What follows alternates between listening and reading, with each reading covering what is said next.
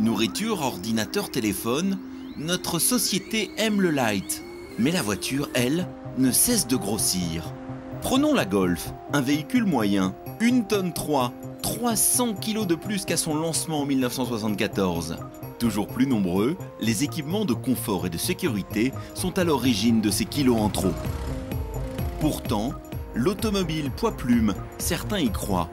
Voici peut-être la voiture de demain, le VLV, entièrement électrique, la voiture light, 650 kg seulement. On va retrouver dans la zone avant des profilés aluminium qui contribuent à l'absorption d'énergie en cas de choc. Une cellule habitacle en matériaux composites, alors c'est du verre polyester. Et puis des panneaux de carrosserie en plastique thermoformé. Pour conduire les enfants à l'école ou faire les courses, la voiture de demain s'allège. Et c'est une bonne nouvelle pour le porte-monnaie. Une voiture plus compacte, c'est une batterie plus petite et donc moins chère. L'autre atout de ce 3 places, c'est sa maniabilité. Rayon de braquage, 7,20 m, 2 ou 3 mètres de moins qu'une voiture ordinaire. C'est un véhicule pensé et calibré pour la ville. En attendant de le voir sur nos routes, une enseigne a déjà son utilitaire électrique de poche.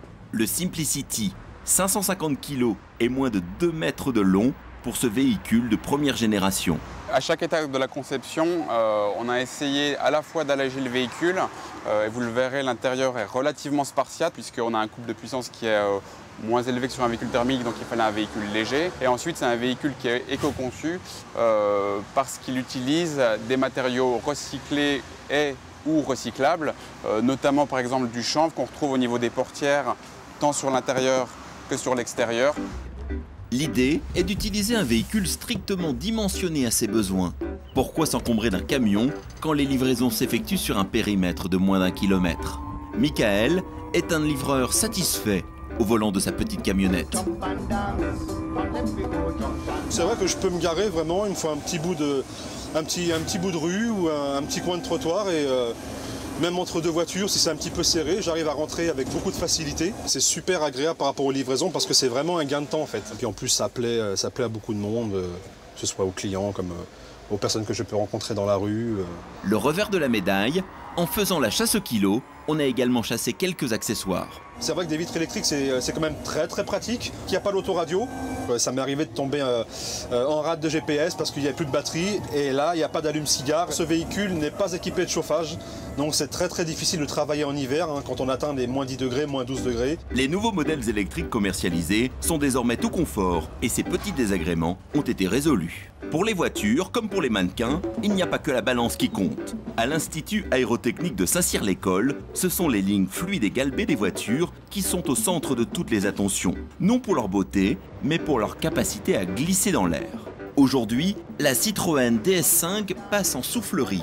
Et pour ceux qui savent lire les signaux de fumée, il y a des enseignements à tirer de ce drôle de test. La fumée nous permet de visualiser les lignes de courant, les structures tourbillonnaires qui se détachent et qui se forment autour du véhicule, qui nous permet aussi d'avoir des informations qui nous permettent de faire des améliorations. Par ces irrégularités, la fumée révèle tout ce qui perturbe la pénétration dans l'air du véhicule. En modifiant la forme d'un phare ou d'un rétroviseur, on peut améliorer l'aérodynamisme d'un véhicule. Une voiture qui glisse avec fluidité dans l'air, c'est un peu comme si elle était moins lourde. Elle a besoin de moins d'énergie pour avancer. Le but ici, c'est vraiment de diminuer tous les efforts aérodynamiques qui s'exercent sur la voiture. Tout ça pour en diminuer sa consommation. Tout le développement aérodynamique a permis de gagner plus de 0,5 litres au 100 pour le client. Légèreté et fluidité, voici les 2 maîtres mots de la voiture de demain. Une révolution que les publicitaires anticipent déjà. It's so easy